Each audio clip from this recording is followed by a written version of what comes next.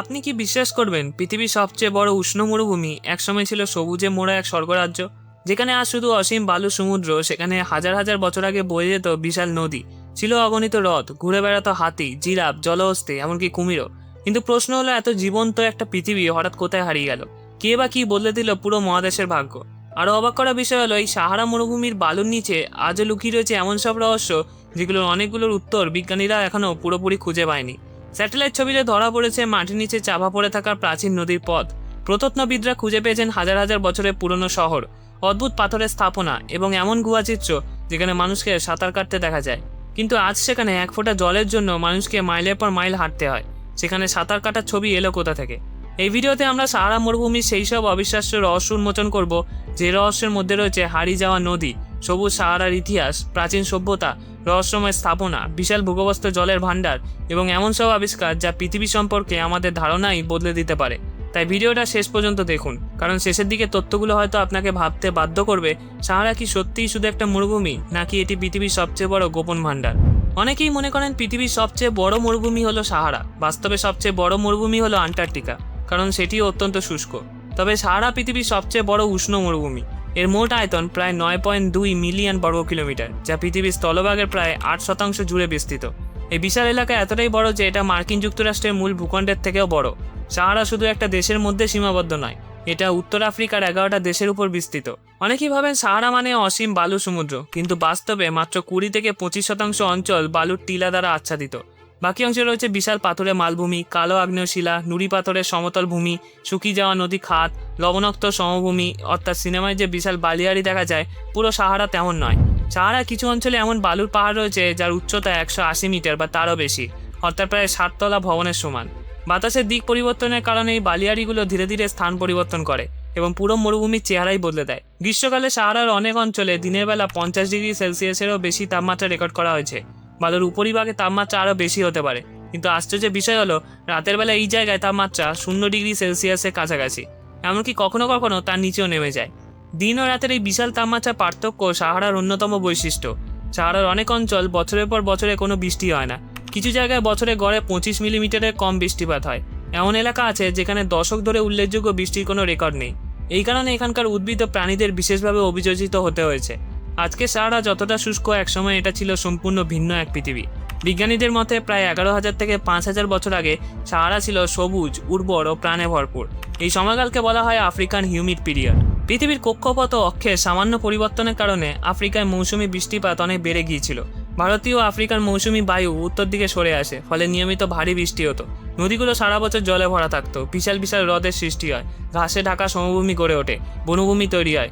অর্থাৎ আজ সেখানে শুধু বালু দেখা যায়, সেখানে একসময় ছিল সবুজ প্রকৃতি। স্যাটেলাইট চিত্রে আজও সাহারার নিচে লুকিয়ে থাকা প্রাচীন নদীর খাত শনাক্ত করা গেছে। এছাড়া সেখানে ছিল পৃথিবীর অন্যতম বৃহৎ প্রাচীন হ্রদ মেগা লেক চাঁদ, যা বর্তমান লেক চাঁদের তুলনায় বহু গুণ বড় ছিল। এই নদী ও হ্রদগুলো হাজার হাজার প্রাণী জীবন ধারণের ভিত্তি ছিল। প্রায় 5,000 বছর আগে পৃথিবীর কক্ষপথে আবার পরিবর্তন আসে। এর ফলে মৌসুমি বৃষ্টি দক্ষিণে সরে যায়, বৃষ্টিপাত দ্রুত কমে যায়, হ্রদগুলো শুকিয়ে যায়, নদীগুলো বিলীন হয়ে যায়, বন ও ঘাসভূমি ধীরে ধীরে মারা যায়। শেষে পুরো অঞ্চল মরুভূমিতে পরিণত হয়। এই পরিবর্তন ঘটতে শত শত নয়, হাজার বছরেরও বেশি সময় লেগেছিল। সাহারার বিভিন্ন পাহাড় ও গুহায় বিজ্ঞানীরা হাজার হাজার প্রাগৈতিহাসিক শিলাচিত্র আবিষ্কার করেছেন। এগুলো অনেকগুলোর বয়স 6,000 থেকে 10,000 বছরের বেশি। এগুলো বিশ্বের অন্যতম গুরুত্বপূর্ণ প্রত্নতাত্ত্বিক নিদর্শন। এই শিলাচিত্রগুলোতে দেখা যায় সাঁতার কাটার মানুষ, নৌকা, মাছ, বিশাল গরুর পাল, হাতি, জিরাফ, কুমির, জলহস্তি, শিকারের দৃশ্য, নাচ ও ধর্মীয় অনুষ্ঠান। আছে সাহারার সঙ্গে এসব দৃশ্যে কোনো মিলই নেই। পাহাড়ের সবচেয়ে বিখ্যাত শিলাচিত্রগুলোর একটা হলো সুইমিং ফিগার্স। এখানে দেখা যায় কয়েকজন মানুষ এমন ভঙ্গিতে রয়েছে যেন তারা জলের মধ্যে সাঁতার কাটছে। এই ছবিগুলো প্রথম আবিষ্কারের পরে গবেষকরা বিস্মিত হয়ে যান। প্রশ্ন হলো, আজ সেখানে বছরের পর বছর এক ফোঁটা বৃষ্টিও হয় না, সেখানে মানুষ সাঁতার কাটছিল কিভাবে? উত্তরটা লুকিয়ে আছে সাহারার অতীতে। সাধারণ চোখে দেখা না গেলেও বিশেষ ধরনের স্যাটেলাইট, বিশেষ করে রাডার প্রযুক্তি ব্যবহার করে বিজ্ঞানীরা বালুর নিচে লুকিয়ে থাকা বিশাল নদীর চ্যালেঞ্জ শনাক্ত করেছেন। এই নদীগুলোর অনেকগুলো কয়েকশো কিলোমিটার দীর্ঘ ছিল। নদীগুলো শুধু আলাদা আলাদা ছিল না, তারা একে অপরের সঙ্গে যুক্ত হয়ে বিশাল জলপ্রবাহ ব্যবস্থা তৈরি করেছিল, যা বৃষ্টির জল পাহাড় থেকে হ্রদ ও সমুদ্রের দিকে নিয়ে যেত। বর্তমানে সাহারায় অসংখ্য শুকনো নদীর খাত রয়েছে, যেগুলোকে বলা হয় ওয়াদি। হাজার হাজার বছর আগে এগুলো দিয়ে প্রচণ্ড স্রোতে জল প্রবাহিত হতো। নদীগুলো শুকিয়ে গেলেও তাদের জল পুরোপুরি হারিয়ে যায়নি। অনেক জল মাটির গভীরে প্রবেশ করে বিশাল ভূগর্ভস্থ জলাধারে জমা হয়েছে, যা আজও বহু দেশে জলের উৎস। সাহারার নিচে এমন এক বিশাল জলাধার রয়েছে যা পৃথিবীর অন্যতম বৃহৎ মিঠা জলের ভাণ্ডার। এই জলগুলোকে বলা হয় ফসেল ওয়াটার। এগুলো বর্তমান বৃষ্টির জল নয়, বরং হাজার হাজার বছর আগে যখন সাহারা ছিল সবুজ তখনকার বৃষ্টির জল মাটির নিচে জমে আছে। অনেক জায়গায় জল প্রায় 20,000 থেকে 10 লক্ষ বছরেও বেশি পুরনো বলে ধারণা করা হয়। কোন দেশগুলো এই জল ব্যবহার করছে? লিবিয়া, মিশর, আলজেরিয়া, চাঁদ, সুদান। বিশেষ করে কৃষিকাজ ও পানীয় জলের জন্য এই ভূগর্ভস্থ জল অত্যন্ত গুরুত্বপূর্ণ। এই জল খুব ধীরে পুনরায় পূরণ হয়। যদি অতিরিক্ত ব্যবহার করা হয় তাহলে ভবিষ্যতে এটা সম্পূর্ণ শেষ হয়ে যেতে পারে। সাহারার মাঝখানে রয়েছে পৃথিবীর অন্যতম রহস্যময় ভূতাত্ত্বিক গঠন, রিসার্চ স্ট্রাকচার। এর ব্যাস প্রায় 40 থেকে 50 কিলোমিটার। মহাকাশ থেকে এটা স্পষ্ট দেখা যায়। প্রথমে ধারণা করা হয়েছিল এটা বিশাল উল্কাপিণ্ডের আঘাতে তৈরি হয়েছে। বর্তমানে অধিকাংশ ভূতত্ত্ববিদ মনে করেন ভূত্বকের উত্থান, দীর্ঘদিনের ক্ষয়, এই দুই প্রক্রিয়ার মাধ্যমে এটা গঠিত হয়েছে। কিছু গবেষক ও লেখক দাবি করেন এটা হয়তো কিংবদন্তির আটলান্টিস নগরীর অবস্থান, কিন্তু আজ পর্যন্ত এমন কোনো বৈজ্ঞানিক প্রমাণ পাওয়া যায়নি যা এই দাবিকে সমর্থন করে। আজকের শুকনো সাহারায় একসময় পৃথিবীর অন্যতম বৃহৎ হ্রদ ছিল। বর্তমান চাঁদ হ্রদের তুলনায় বহু গুণ বড় ছিল। কখনো এটা প্রায় একটা ছোট সমুদ্রের সমান বিস্তৃত ছিল। বিজ্ঞানীরা আবিষ্কার করেছেন পুরনো সৈকত, ঢেউয়ে তৈরি বালুর রেখা, ঝিনুকের জীবাশ্ম, মাছের হাড়, যা প্রমাণ করে সেখানে একসময় বিশাল জলরাশি ছিল। পৃথিবীর জলবায়ু ধীরে ধীরে শুষ্ক হয়ে যাওয়ায় এই বিশাল হ্রদগুলো বিলীন হয়ে যায়। সবুজ সাহারায় শুধু প্রাণী নয়, মানুষও উন্নত সমাজ গড়ে তুলেছিল। যখন বৃষ্টি কমতে শুরু করে মানুষ ধীরে ধীরে সাহারা ছেড়ে নদীর দিকে চলে যায়। সাহারা জুড়ে হাজার হাজার পাথরের রহস্যময় স্থাপনা ছড়িয়ে রয়েছে। সবগুলোর উদ্দেশ্য এখনো জানা যায়নি। কিছু এত ধর্মীয়, কিছু জ্যোতির্বিদ্যার সঙ্গে যুক্ত, আবার কিছু ছিল শিকার করা ব্যবস্থা। সাহারায় চলমান বালু শত শত শহরকে সম্পূর্ণ ঢেকে দিয়েছে। ব্যবসায়ীরা যেসব শহরে বিশ্রাম নিত তাদের অনেকগুলো আজ বালুর নিচে চাপা পড়ে আছে। অনেক প্রাচীন দুর্গ আজ আংশিক বা সম্পূর্ণ বালুর নিচে।